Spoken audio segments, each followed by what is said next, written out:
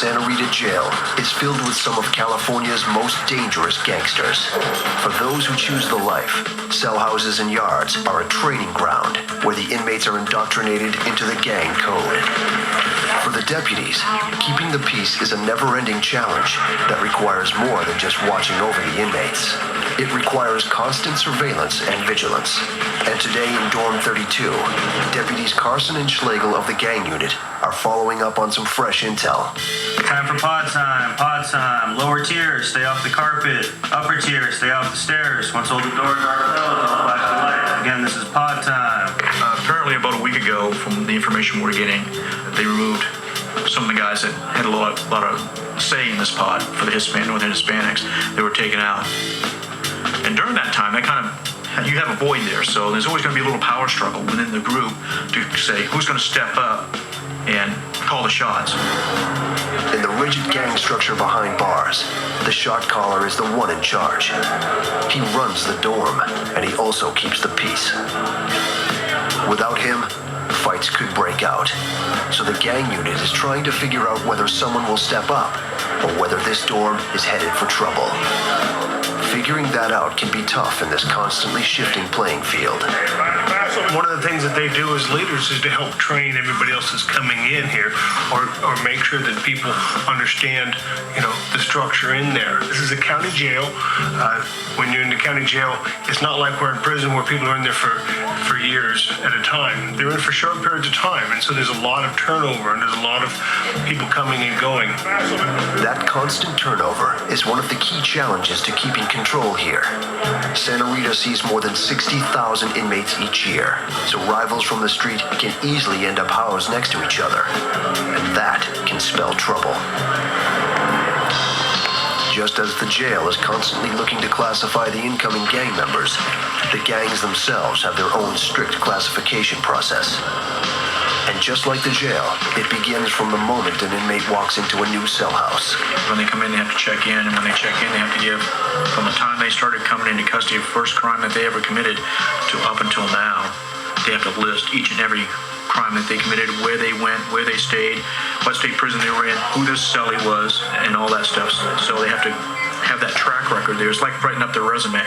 These gang resumes are compiled on notes called huelas, and they are the key means of communication between the gang members. The writing on the note is tiny, called micro-writing, and each one gets moved throughout the facility, checked out to see whether a new inmate is who he says he is.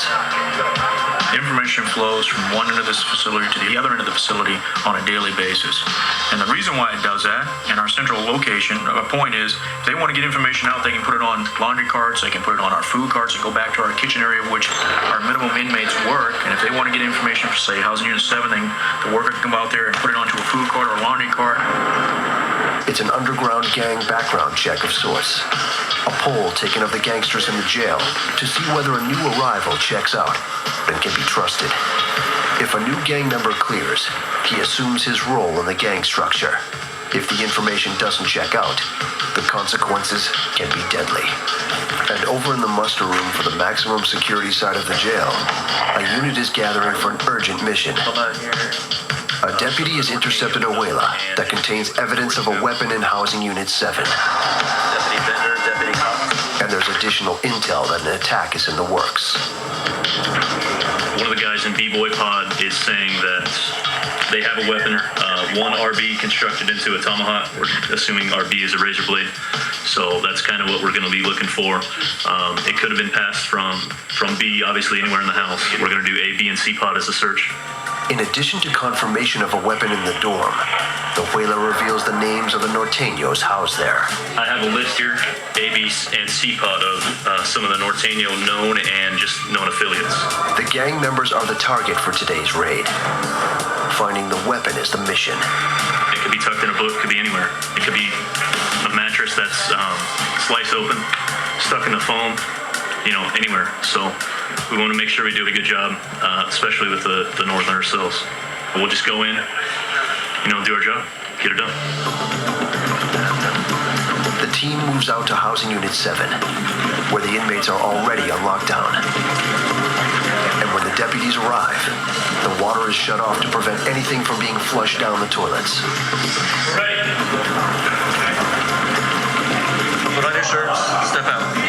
An operation like this relies on speed, getting all of the inmates out of their cells before they have a chance to destroy evidence. Pull your shirt down. Pull your shirt down. Pull your shirt down. And those who buck the system are immediately removed.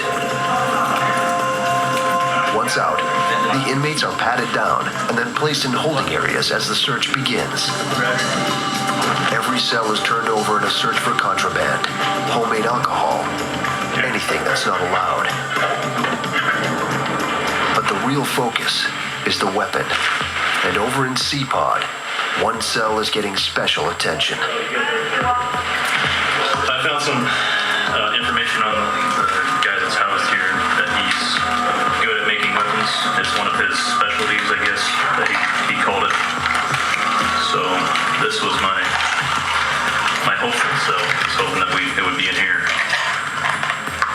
Hopefully they didn't get rid of it. The deputy finds nothing. And throughout the rest of the cell house, the search yields contraband. This is a jail-made tattoo gun. But no weapons. Downstairs, they found more huelas and more names. These show people that just arrived. It looks like names and PFNs. It may just be the break the team's been looking for. Up next, a deadly weapon is found in the jail. Then, another deputy is caught in a gang power play.